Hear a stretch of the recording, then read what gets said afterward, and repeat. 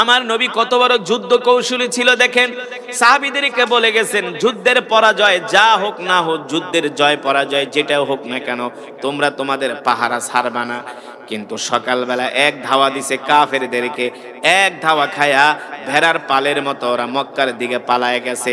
সকাল থেকে দুপুর হয়ে যায়, দুপুর থেকে বিকাল হয়ে যায়, মক্কার কাফেররা আর আসে না।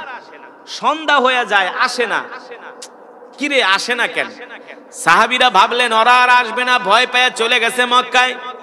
যখন সূর্য ডুববে অবস্থা, আসরের পরে মাগরিবের আগে মক্কার কাফেররা এমন একজন সেনাপতির নেতৃত্বে আবার একত্রিত হয়ে সুসংগঠিত হয়ে উহুদ পাহাড়ের পিছন দিকে হামলা শুরু করেছে। যার নেতৃত্বে তারা হামলা শুরু করেছে তার নাম হলো খালিদ ইবনুল ওয়ালিদ। এখনো তিনি কালেমা পড়ে মুসলমান, কিন্তু তিনি পরবর্তীতে কালেমা পড়ে মুসলমান হয়েছেন। তার ইতিহাসে তিনি কোনো যুদ্ধে হারেন নাই। আল্লাহু আকবার।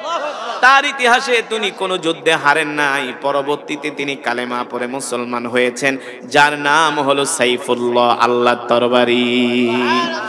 এই খালিদ ইবনুল ওয়ালিদের নেতৃত্বে আবার 3000 মক্কার কাফেরেরা উহুদ পাহাড়ের পিছন দিক থেকে আবার মুসলমানদের উপর আক্রমণ শুরু করেছে।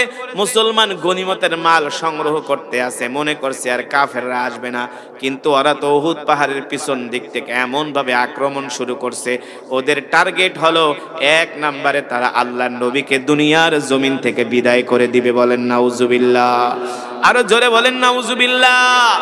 আল্লাহ রাব্বুল আলামিন কোরআনুল কারীমের মধ্যে আয়াত নাজিল করে দিলেন, লান তানালুল বিররা হাত্তা তুনফিকু মিম্মা তুহিব্বুন ওয়া মা তুনফিকু মিন শাইইন ফাইন্নাল্লাহা বিহি আলীম। আল্লাহু আকবার। আল্লাহ রাব্বুল আলামিন কোরআনুল কারীমের আয়াত নাজিল করে দিলেন, লান তানালুল বিররা হাত্তা তুনফিকু মিম্মা তুহিব্বুন। তোমাদের মধ্য থেকে কে আছো যে আল্লাহকে সন্তুষ্ট করতে চাও? সুবহানাল্লাহ বলেন। যদি তোমরা আল্লাহকে সন্তুষ্ট করতে চাও তাহলে তোমরা তোমাদের প্রিয় বস্তুটাকে আল্লাহর রাস্তায় দান করে দাও। এই আয়াতের অর্থ হলো, তোমরা আয়াতের ব্যাখ্যা হলো, তোমরা কে কে বেশি আখিরাত কামাই করতে চাও? যদি আল্লাহ তাআলার সন্তুষ্টি অর্জন করতে চাও তোমাদের প্রিয় মাল আল্লাহর রাস্তায় দান করে দাও। কথা বুঝতে পেরেছেন তো? এই আয়াত যখন নাজিল হয়েছে, রাসূলের একজন প্রিয় সাহাবী যার নাম হলো, মনে আছে? মাশাআল্লাহ, আবু তালহা রাদিয়াল্লাহু তাআলা আনহু, আল্লাহর পয়গম্বরের সাহাবী, মদিনার আনসারী সাহাবী, যিনি ছিলেন মদিনার সবচেয়ে বড় খেজুরের বাগানের মালিক, মদিনার সবচেয়ে ধনী মানুষ ছিলেন, মদিনার সবচেয়ে ধনী মানুষ ছিলেন। আনসারীদের মধ্যে সবচেয়ে ধনী ছিলেন আবু তালহা রাদিয়াল্লাহু তাআলা আনহু। এই যুবক, এ মুসলমান, তুমি আর কয় টাকার মালিক? তোমার বাপ আর কয় টাকার মালিক? একটু টাকা পয়সা হইলে আর নামাজ পড়ে না, এমন কিছু মুসলমান সমাজে আছে কি আছে না? একটু টাকা পয়সার মালিক হইলে বাম হাত দিয়া সিগারেট খায়, হ্যাঁ, মসজিদের ধারে কাছেও আসে না, একটা বাইক কিনে এলাকার ভিতর দিয়া মাস্তানি করে, আছে কি আছে না? ক্ষমতার দাপট দেখায়। এ যুবক, তুমি আর কয় টাকার মালিক? রাসূলের সাহাবী, মদিনার আনসারী সাহাবী আবু তালহা, তিনি হলেন মদিনার সবচেয়ে বড় বড়লোক, সবচেয়ে বড় পয়সাওয়ালা, সবচেয়ে বড় ধনাঢ্য ব্যক্তি। সুবহানাল্লাহ বলেন। আল্লাহ তাআলা কোরআনুল কারীমের আয়াত নাজিল করে দিলেন। এই আয়াত নাজিল হওয়ার পরে সাহাবী দৌড়ায়া মসজিদে নববীতে আসছেন আল্লাহ রাসূলের সামনে। আল্লাহ রাসূল ডাক দিয়া বলে, আবু তালহা, কেন এসছো? ওগো নবীজি, আল্লাহ তাআলা কোরআনুল কারীমের যে আয়াত নাজিল করছে, আমি এই আয়াতের আমল করতে চাই। আল্লাহ তাআলা বলছে, তোমরা কি আল্লাহকে সন্তুষ্ট করতে চাও? তোমরা কি আখিরাত কামাই করতে চাও? যদি তোমরা আখিরাত কামাই করতে চাও, আল্লাহ তাআলাকে সন্তুষ্ট করতে চাও, তাহলে তোমরা তোমাদের প্রিয় বস্তুটা আল্লাহর রাস্তায় দান করে দাও, আল্লাহ তাআলার রাস্তায় সাদাকা করে দাও। সাহাবী আবু তালহা বলেন, ওগো নবীজি, আমি হলাম মদিনার সবচেয়ে বড় খেজুরের বাগানের মালিক, আমি মদিনার সবচেয়ে বড় খেজুরের বাগানটা আল্লাহর রাস্তায় সদকা করে দিব। আর আস্তে কোন সুবহানাল্লাহ। আপনাদেরকে মসজিদ মাদ্রাসার জন্য টাকা চাইলে সহজে দিতে চান না, খালি গরিমসি করেন। 500 টাকার নোট একবার টান দিয়ে অর্ধেক বের করেন, আবার মায়া লাগে দিব না। না না, আপনারা এমন, আপনারা ভালো, আপনারা দিয়েছেন, দিবেন, এই মসজিদ মাদ্রাসা তো আপনারাই করেছেন, ঠিক কিনা বলেন? আরো বেশি দিতে হবে, ঠিক কিনা বলেন? আমরা তো আল্লাহর রাস্তায় দান করতে যাই শতবার চিন্তা করি, ভাবি আমার কি হবে সম্পদ দিয়া দিলে, কিন্তু আল্লাহ রাসূল বলছেন তুমি যদি আল্লাহর রাস্তায় দান করো তোমার সম্পদ কমবে না, বরঞ্চ আরো বাড়বে। মান জাআ বিল হাসানাতি ফালাহু আশরু আমসালিহা। আল্লাহ তাআলা বলে, দুনিয়ার মানুষ, আমার বান্দারা, তোমরা কি আমার সাথে ব্যবসা করবা? যদি আমার সাথে ব্যবসা করতে চাও, আসো আসো ব্যবসা করো, আমার রাস্তায় দান করবা 1 গুণ, আমি আল্লাহ তোমাদের লাভ দিব 10 গুণ। জোরে বলেন সুবহানাল্লাহ। এই আয়াত নাজিল হওয়ার পরে রাসূলের সাহাবী আবু তালহা রাদিয়াল্লাহু তাআলা আনহু আল্লাহর নবীর দরবারে দৌড়ায় আয়েশা বললেন, ওগো নবীজি, আমি আমার সবচেয়ে বড় খেজুরের বাগানটা আল্লাহর রাস্তায় দান করে দিতে চাই। সুবহানাল্লাহ বলেন। আল্লাহর নবী বলে, আবু তালহা কোন বাগান? বলে বাইরুহা।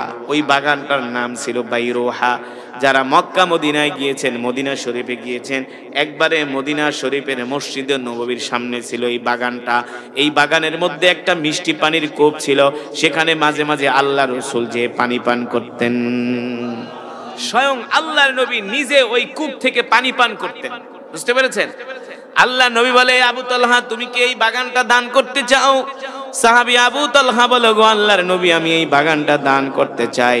আল্লাহর নবী শুনে এত খুশি হলেন, এত খুশি হলেন, এ সাহাবী, তুমি আল্লাহর সন্তুষ্টির জন্য এই বাগানটা দান করতে চাও, তবে একটা কাজ করো, তুমি তোমার এই প্রিয় বাগানটা, মদিনার সবচেয়ে বাগানটা, আল্লাহ তাআলার সন্তুষ্টির জন্য তুমি তোমার আত্মীয়দের মাঝে সদকা করে দাও। জোরে বলেন সুবহানাল্লাহ। এই কারণে বেশি বেশি দান সাদাকা করবেন।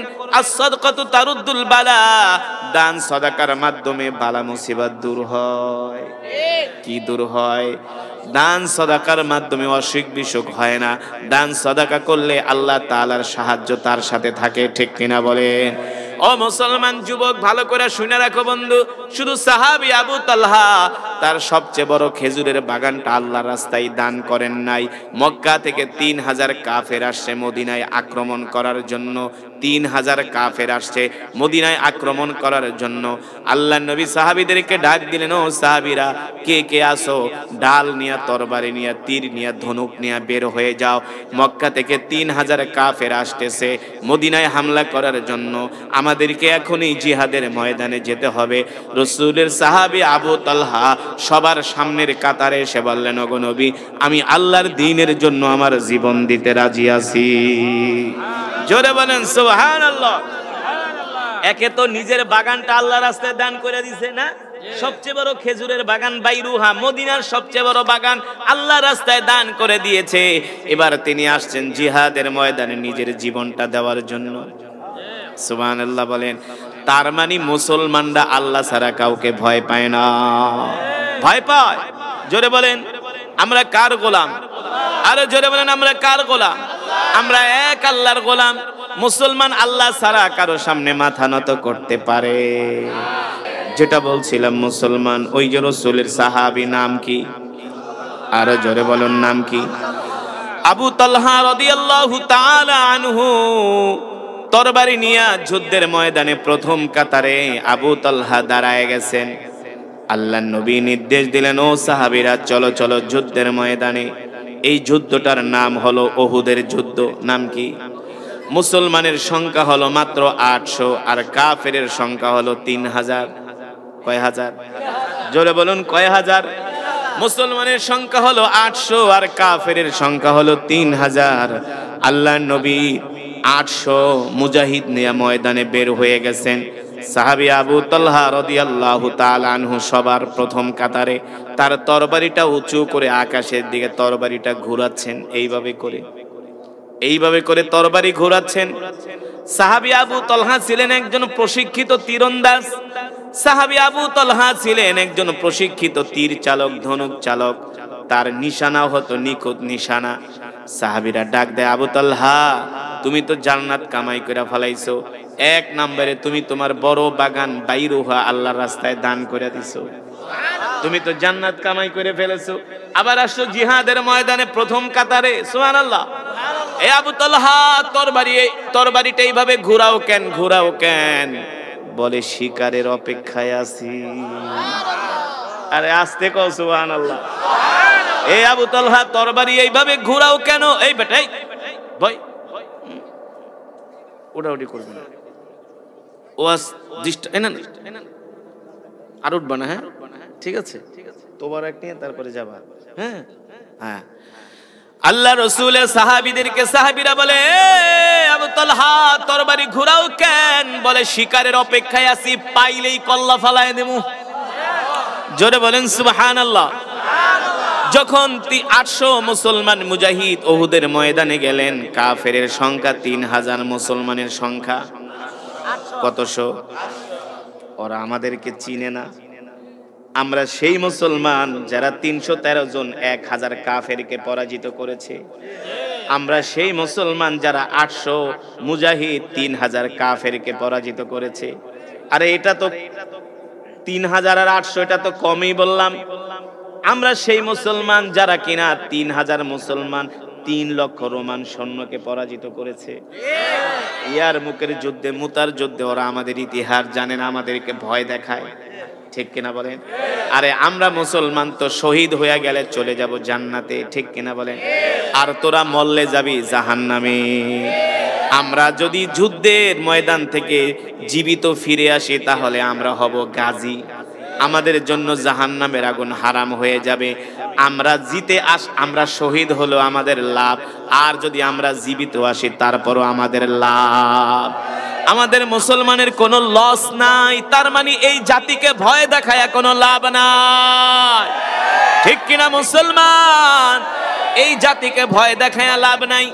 আল্লাহর নবী মনে আছে ওই যে 800 সাহাবী নিয়ে উহুদের ময়দানে গেলেন, 3000 কাফের আসছে মুসলমানের সাথে যুদ্ধ করার জন্য। আবু জেহেল গোয়েন্দা পাঠাইছে, এ যায়া দেখো মুসলমানের সৈন্য সংখ্যা কত। বলে সৈন্য সংখ্যা মুসলমানের 800, তেমন তরবারিও নাই, তেমন শক্তিশালী ঘোড়াও নাই। আবু জেহিল্লার বাহিনী, আবু লাহাবের বাহিনী বলে, আরে তোমরা কেউ নাস্তা খায়ও না, মুসলমানের সাথে আমরা আধা ঘন্টা যুদ্ধ কইরা বিজয় অর্জন করে তারপরে নাস্তা খাবো। বলেন নাউজুবিল্লাহ। আল্লাহ কয় আয় আয় তোদেরকে নাস্তাটা খাওয়াই। আল্লাহ নবী নির্দেশ দিলেন, সাহাবীরা যাও কাফেরদের উপরে হামলা করো। সাহাবী আবু তালহা সবার অগ্রভাগে তীর নিক্ষেপ করা শুরু করলেন। এক একটা তীর মারে, আর কাফেরদের কারো মাথায় যায় লাগে, কারো বুকে যায় লাগে, কারো পিঠে যায় লাগে। আল্লাহু আকবার। সাথে সাথে কাফেররা জাহান্নামে চলে যায়। মুসলমানরা এমন ক্ষিপ্র গতিতে আক্রমণ শুরু করছে, মুসলমানের আক্রমণের সামনে কাফেররা টিকতে পারে নাই। আধা ঘন্টার মধ্যে ওরা ভেড়ার পালের মতো ছন্নছাড়া হয়ে গেছে। ইতিহাস বলে আধা ঘন্টার মধ্যে ওরা ভেড়ার পালের মতো ভয়ে মক্কার দিকে পালায় চলে গেছে। সাহাবীরা পিছন থেকে ধাওয়া করতেছে, আর কাফেরদেরকে খুঁজে পায় না। ওরা বলে ছেড়ে দে মা, কাইন্দা বাঁচি। ওদের ডাল তরবারি রসদপত্র সবকিছু যা এনেছিল মক্কা থেকে সব ফালায়া ওরা ভেড়ার পালের মতো, ছাগলের পালের মতো ভয়ে মক্কার দিকে দৌড়ানো শুরু করছে। আল্লাহ নবী বলছে, সাহাবীরা তোমরা কেউ যাবা না, যার যার জায়গায় তোমরা পাহারা দিতে থাকো, আবার মক্কার কাফেরেরা আমাদের উপর আক্রমণ করতে পারে, সুতরাং এখনো আমাদেরকে যুদ্ধের ময়দান ছাড়া ঠিক হবে না। আল্লাহু আকবার। আমার নবী কত বড় যুদ্ধ কৌশলী ছিল দেখেন। সাহাবীদেরকে বলে গেছেন, যুদ্ধের পরাজয় যা হোক না হোক, যুদ্ধের জয় পরাজয় যেটাও হোক না কেন, তোমরা তোমাদের পাহারা ছাড়বা না। কিন্তু সকালবেলা এক ধাওয়া দিছে কাফেরদেরকে, এক ধাওয়া খায়া ভেড়ার পালের মতো ওরা মক্কার দিকে পালায় গেছে। সকাল থেকে দুপুর হয়ে যায়, দুপুর থেকে বিকাল হয়ে যায়, মক্কার কাফেররা আর আসে না। সন্ধ্যা হয়ে যায়, আসে না। কিরে আসে না কেন? সাহাবীরা ভাবলেন ওরা আর আসবে না, ভয় পেয়ে চলে গেছে মক্কায়। যখন সূর্য ডুববে ডুববে অবস্থা, আসরের পরে মাগরিবের আগে মক্কার কাফেররা এমন একজন সেনাপতির নেতৃত্বে আবার একত্রিত হয়ে সুসংগঠিত হয়ে উহুদ পাহাড়ের পিছন দিকে হামলা শুরু করেছে। যার নেতৃত্বে তারা হামলা শুরু করেছে তার নাম হলো খালিদ ইবনুল ওয়ালিদ। এখনো তিনি কালেমা পড়ে মুসলমান, কিন্তু তিনি পরবর্তীতে কালেমা পড়ে মুসলমান হয়েছেন। তার ইতিহাসে তিনি কোনো যুদ্ধে হারেন নাই, আল্লাহু আকবার। তার ইতিহাসে তিনি কোনো যুদ্ধে হারেন নাই, পরবর্তীতে তিনি কালেমা পড়ে মুসলমান হয়েছেন, যার নাম হলো সাইফুল্লাহ, আল্লাহর তরবারি। এই খালিদ ইবনে ওয়ালিদের নেতৃত্বে আবার 3000 মক্কার কাফেরেরা উহুদ পাহাড়ের পিছন দিক থেকে আবার মুসলমানদের উপর আক্রমণ শুরু করেছে। মুসলমান গনিমতের মাল সংগ্রহ করতে আসে, মনে করছে আর কাফেররা আসবে না, কিন্তু ওরা তো উহুদ পাহাড়ের পিছন দিক থেকে এমন ভাবে আক্রমণ শুরু করছে, ওদের টার্গেট হলো 1 নম্বরে তারা আল্লাহর নবীকে দুনিয়ার জমিন থেকে বিদায় করে দিবে। বলেন নাউজুবিল্লাহ, আরো জোরে বলেন নাউজুবিল্লাহ। তাদের টার্গেট হলো তারা আল্লাহর নবীকে দুনিয়ার জমিন থেকে বিদায় করে দিবে। এমন ভাবে তারা আল্লাহ রাসূলের উপরে তীর নিক্ষেপ শুরু করলেন, আল্লাহ রাসূলকে টার্গেট করে করে তীর মারতেছেন। তুমি কি আমার উপরে রাগ করেছো নাকি? এই কারণে ফজরের পরে তুমি তাড়াতাড়ি বাড়িতে চলে যাও।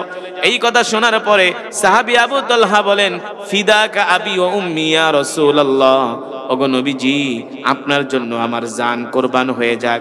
আমি ছিলাম একজন মূর্তি পূজক, আমি তো আপনার মহব্বতে কালেমা পরে মুসলমান হয়েছি, আমি তো আপনার মহব্বতে জিহাদের ময়দানে গিয়েছি, আমি তো আপনার মহব্বতে আমার বড় খেজুরের বাগানটা আল্লাহ রাস্তায় দান করে দিছি।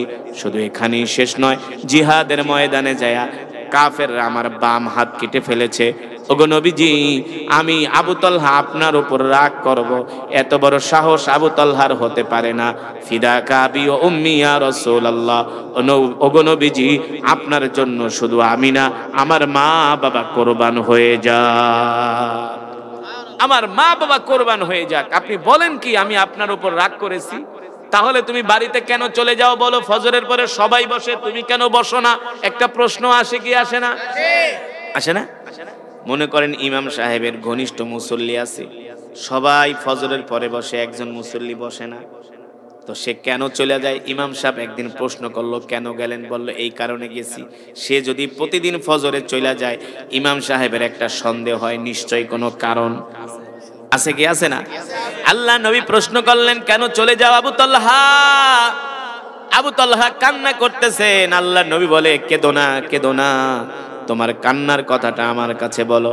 সাহাবী আবু তালহা বলে, ওগো নবীজি আমি ছিলাম মদিনার সবচেয়ে ধনাঢ্য মানুষ, আমি আমার সব সম্পদগুলো আল্লাহর রাস্তায় দান করে দিছি, আমি আমার খেজুরের বাগানটাও আল্লাহর রাস্তায় দান করে দিছি। আল্লাহু আকবার।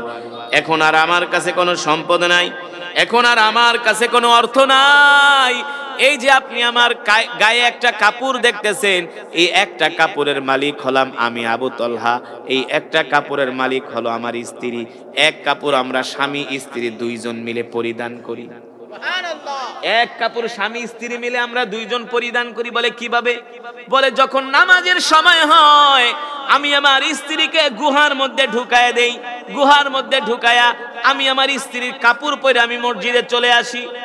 আবার যখন নামাজ শেষ হয় দৌড়ে আমি বাড়িতে যাই, যে গুহার মধ্যে ঢুকে যাই, আমার স্ত্রীকে আমি আমার এই কাপড়টা দিই, আমার স্ত্রী এই কাপড় পরিধান করে নামাজ আদায় করে। আল্লাহু আকবার।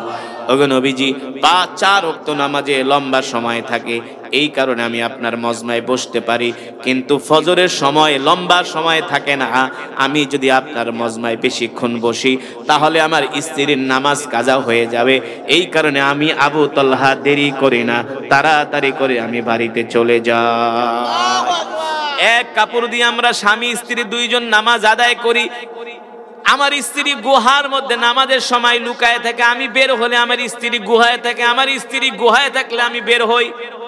এইভাবে করে এক কাপড় দিয়ে আমরা দুইজনে জীবন যাপন করি। আল্লাহু আকবার। এই কথা শোনার পরে আল্লাহর নবী এত কষ্ট পাইলেন, নবীজির চোখ মোবারক দিয়া জর জর করে পানি পড়তেছে। সাহাবী আবু তালহাকে ডাক দিয়া বলে, আবু তালহা কষ্ট পেও না, কষ্ট পেও না, এর চেয়েও আরো উত্তম কাপড় আল্লাহ আমাদের জন্য জান্নাতে রেডি করে রেখেছে। জোরে বলেন সুবহানাল্লাহ। ও মুসলমান, আবু তালহা এক কাপড় দিয়ে জিন্দেগি যাপন করছে, আর আমরা এমন মুসলমান, আমাদের তো এক কাপড় দিয়ে আমরা স্বামী স্ত্রী দুইজনে সংসার করি। হ্যাঁ, এক কাপড় দিয়া। কিন্তু এখন যদি অনেক যুবকদেরকে নামাজের জন্য ডাকা হয়, আমার কাপড় ঠিক নেই, আমার প্যান্ট ঠিক নাই, আমার লুঙ্গি ঠিক নাই, বলে কে বলে না? ও ও যুবক, ও বন্ধু, ও মুসলমান, ও মা ভাই বোন, শুনে রাখেন গো, কাপুরের অজুহাত দিয়া নামাজ ছেড়ে দিবেন, আল্লাহ তাআলা বরদাস্ত করবে না। ঠিক কিনা বলেন? সাহাবীরা কত নিঃস্ব ছিলেন, তাদের সব সম্পদ আল্লাহর রাস্তায় দান কইরা এক কাপড় দিয়া তারা নামাজ পড়ছে, কোনোদিন নামাজ ছেড়ে দেন নাই, আল্লাহর হুকুম ছেড়ে দেন নাই, আল্লাহর বিধান ছেড়ে দেন নাই, 5 ওয়াক্ত নামাজের 1 ওয়াক্ত নামাজও ছেড়ে দেন নাই, এমনকি তাহাজ্জুদের নামাজ পর্যন্ত ছেড়ে দেন নাই। আজকের মাহফিল থেকে আমরা ওয়াদা করতে চাই, জীবনে যতদিন বাঁচবো কোনোদিন আর নামাজ ছেড়ে দিব না। রাজি আছেন? কে কে রাজি আছেন? হাত উঠে আল্লাহকে দেখান, হাত সোজা করেন, সোজা করেন, সোজা, একেবারে সোজা, তীরের মতো এমনি নাড়ান, আর বলেন আল্লাহ, আরো জোরে বলুন আল্লাহ। ওয়াদা করলাম আর কোনোদিন নামাজ ছেড়ে দিব না।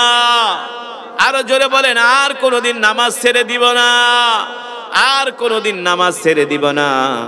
আল্লাহ আমাদের কবুল করে নেন।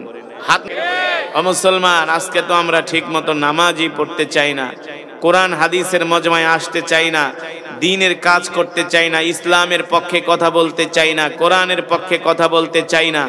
আমাদেরকে মসজিদে পাওয়া যায় না, আমাদেরকে পাওয়া যায় সিনেমার আড্ডায়, ক্রিকেট খেলার মাঠে, ফুটবল খেলার আড্ডায়, বাংলা সিনেমার মজমা। ঠিক কিনা বলেন? কিন্তু সাহাবীরা কি এমন ছিলেন? হ্যাঁ, ইসলামের ইতিহাসে এসেছে, ইসলামের ইতিহাসে এসেছে রাসূলের একজন প্রিয় সাহাবী ছিলেন, যিনি ছিলেন মদিনার আনসারী সাহাবী, তার নাম হলো আবু তালহা। নাম কি? আরে জোরে বলুন, নাম কি? সাহাবী আবু তালহা রাদিয়াল্লাহু তাআলা আনহু। আপনারা নাম শুনছেন? সাহাবী আবু তালহার নাম শুনছেন? অনেক বড় জলিল কদর একজন সাহাবী ছিলেন সাহাবী আবু তালহা। এ যুবক, তুমি কেমন আর সাহাবী আবু তালহা কেমন ছিল?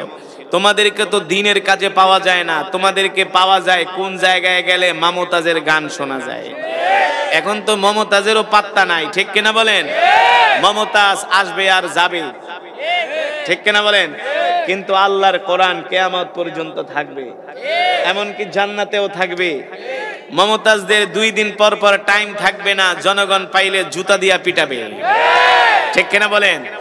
এই মমতাজ সংসদে দাঁড়ায় বলছিল সে নাকি বুখারী তিরমিজি সব পড়ছে।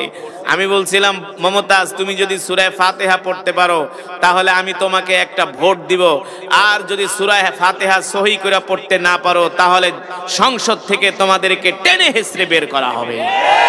আমাদের বের করা লাগে নাই, বের করেছেন কে? জোরে বলেন কে? কুলিল্লাহুম্মা মালিকাল মুলকি তুতিল মুলকা মান তাশা ওয়া তানজিউল মুলকা মিম্মান তাশা ওয়া তুইজ্জু মান তাশা ওয়া তুযিল্লু মান তাশা বিয়াদিকাল খায়র ইন্নাকা আলা কুল্লি শাইইন কাদির। এই পৃথিবীর স্বৈর শাসকগুলো শুনে রাখো, এই পৃথিবীর রাজা বাদশাগুলো ভালো করে শুনে রাখো। আল্লাহ তাআলা কোরআনুল কারীমের মধ্যে বলছেন, রাজত্বের মালিক পৃথিবীর কোনো রাজা বাদশা নয়, রাজত্বের মালিক, ক্ষমতার মালিক কে? এ মুসলমান, আরো জোরে বলতে হবে কে? যদি ক্ষমতার মালিক আল্লাহ না হইয়া কোন রাজা বাদশা হতেন তাহলে আজও পর্যন্ত ফেরাউন ক্ষমতায় থাকতো। ফেরাউন 450 বছর ছিল। কয় বছর? 450 বছর পরে ফেরাউনকে ক্ষমতা থেকে নামতে হয়েছে। নমরুদ ক্ষমতায় ছিল, সাদ্দাত ক্ষমতায় ছিল, তাদেরকেও ক্ষমতা থেকে নামতে হয়েছে। তার মানে এ কথা স্পষ্ট, আল্লাহর কোরআন বলেছে ক্ষমতার মালিক, আধিপত্যের মালিক পৃথিবীর কোনো রাজা বাদশা নয়, ক্ষমতার মালিক হলেন আমার আল্লাহ। জোরে বলেন কে? আমার আল্লাহ।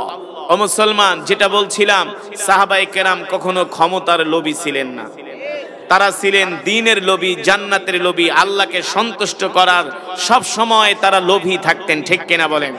তারা আল্লাহ তাআলার কিভাবে আল্লাহ তাআলাকে খুশি করা যায়, আল্লাহ তাআলাকে সন্তুষ্ট করা যায়, সদা সর্বদা সাহাবায়ে কেরাম এই চেষ্টা প্রচেষ্টায় থাকতেন। আর আমাদের চেষ্টা প্রচেষ্টা হলো কিভাবে শয়তানকে খুশি করা যায়। ঠিক কিনা বলেন? আপনারাই বলেন, যে প্যান্ডেল করেছেন, এলাকার সব যুবকরা যদি আসতো, সব মুসলমান আসতো, এই প্যান্ডেলে জায়গা দেওয়া যেত? জায়গা দেওয়া যেত? কোরআনের মাহফিলে আসলে খুশি হয় কে? আরো আসতে কোন? আর বেজার হয়? বেজার হয়?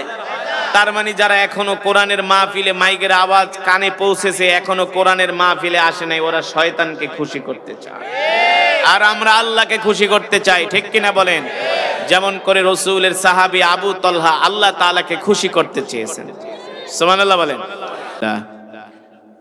ونشهد أن لا إله إلا الله وحده لا شريك له ونشهد أن سيدنا ومولانا محمدا عبده ورسوله الذي أرسله بالحق بشيرا ونذيرا وداعيا إلى الله بإذنه وسراجا منيرا أما بعد فأعوذ بالله من الشيطان الرجيم بسم الله الرحمن الرحيم لن تنالوا البر حتى تنفقوا مما تحبون وما تنفقوا من شيء فإن الله به عليم وقال رسول الله صلى الله تعالى عليه وسلم من أحب لله وأبغض لله وأعطى لله ومنع لله فقد استكمل الإيمان أو كما قال النبي عليه الصلاة والسلام فقد قال الله تبارك وتعالى في شان حبيبه ومحبوبه مخبرا وآمرا إن الله وملائكته يصلون على النبي يا أيها الذين آمنوا صلوا عليه وسلموا تسليما محبته आवाज करे प्यारा नबी जी शाने नामाजेर दुरूद दुरूद इब्राहिम पढ़ी अल्लाहुम्मा सल्लि अला मुहम्मद वा अला आलि मुहम्मद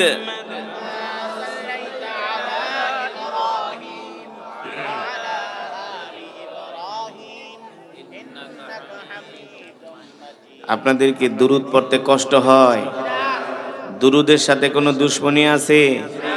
আরে মুসলমান, আল্লাহ রসুল বলেছেন যে দুরূদ পড়তে বখিলমি করে সে হলো সবচেয়ে বড় কৃপণ।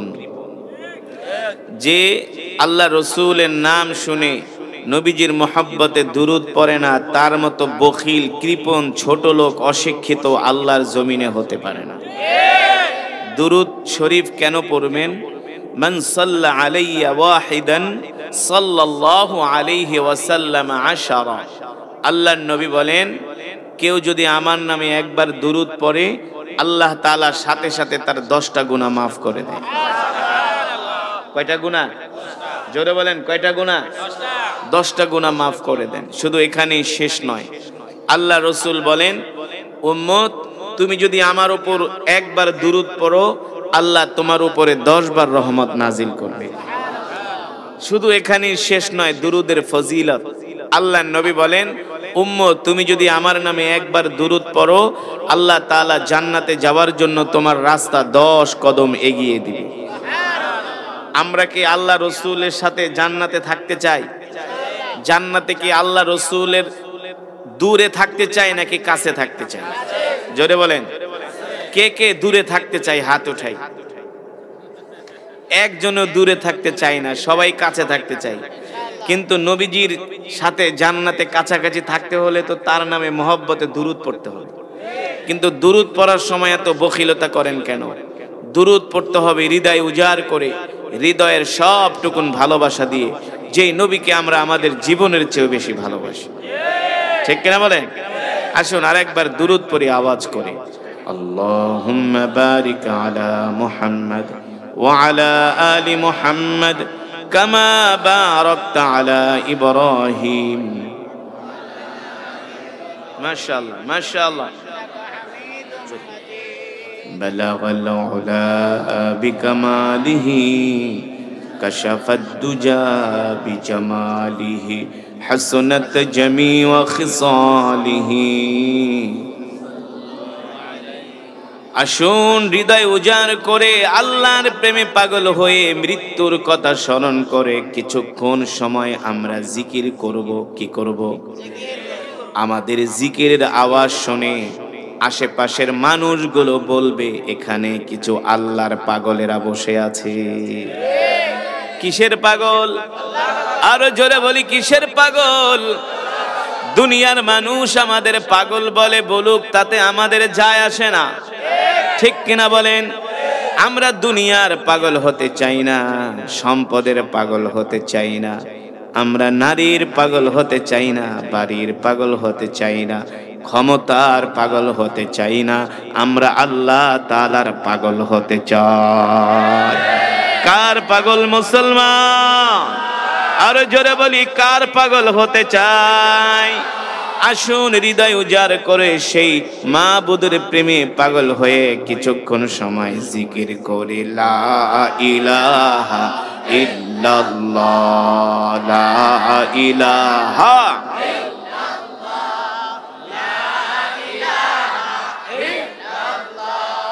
লা ইলাহা ইল্লাল্লাহ, লা ইলাহা ইল্লাল্লাহ, লা ইলাহা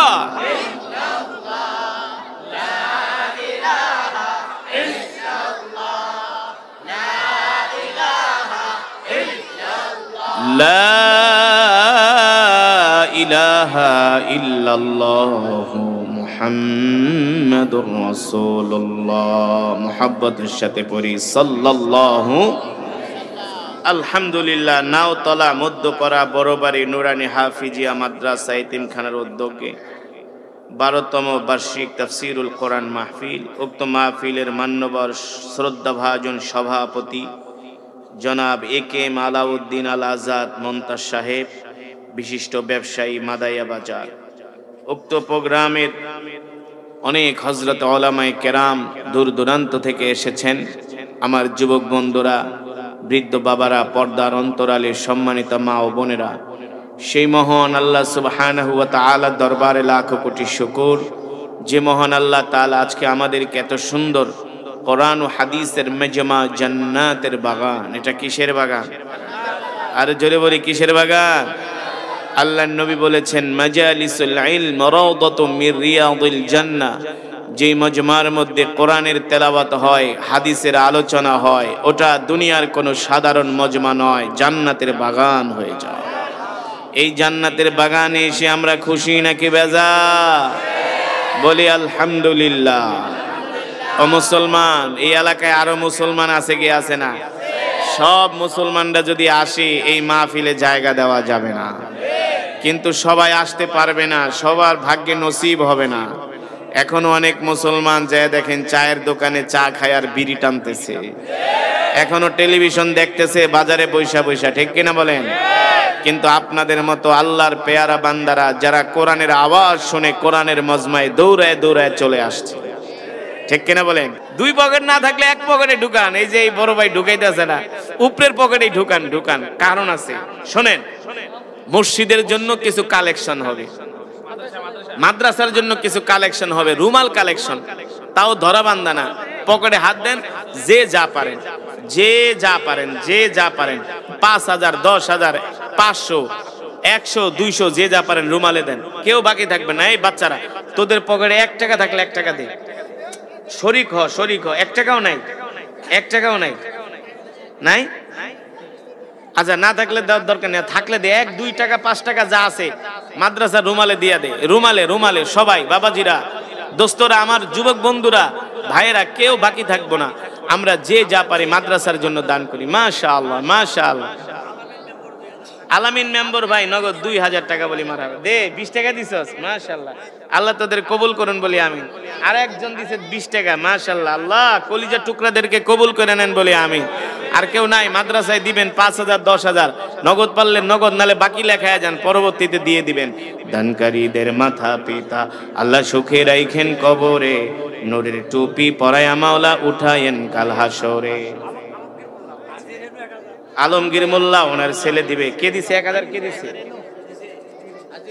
হাজী রেনু ভাই দিয়েছেন 1000 বলি মারহাবা আয় আল্লাহ হাজী রেনু ভাইয়ের দানকে কবুল আর মঞ্জুর করেন বলি আমিন আরো মাদ্রাসার জন্য আরেকজন দিবেন 1000 লেখেন লেখেন লেখেন নগদ পারলে নগদ নালে বাকি সমস্যা নেই পরবর্তীতে দিয়ে দিবেন আর এখন রুমালে 500 100 1000 2000 দিয়ে দেন দানকারীদের মাথা পিতা এই রুমাল ভালো করে দেখে আজ শুনে যাও না বাকি থাকে কেন বাকি যেতে না থাকে হুজুর একটু বলে দেন মাইক দিয়ে একটু বলে দেন একটু বলে দেন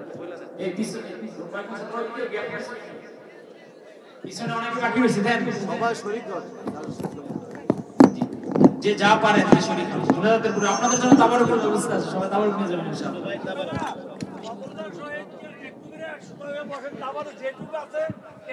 মুনাজাতের পূর্বে একটু কষ্ট করে যে আমরা আগেই সেরেন্ডা করবা পাগলা মাঝখানে আসা যাওয়ার জন্য ভলান্টিয়ারদেরকে জায়গা দিতে হবে যাবেন নাকি আপনাদের জন্য পর্যাপ্ত তাবারকের ব্যবস্থা আছে আপনারা বসেন জিকির করেন জিকির করে লা ইলাহা ইল্লাল্লাহ লা ইলাহা ইল্লাল্লাহ লা ইলাহা ইল্লাল্লাহ লা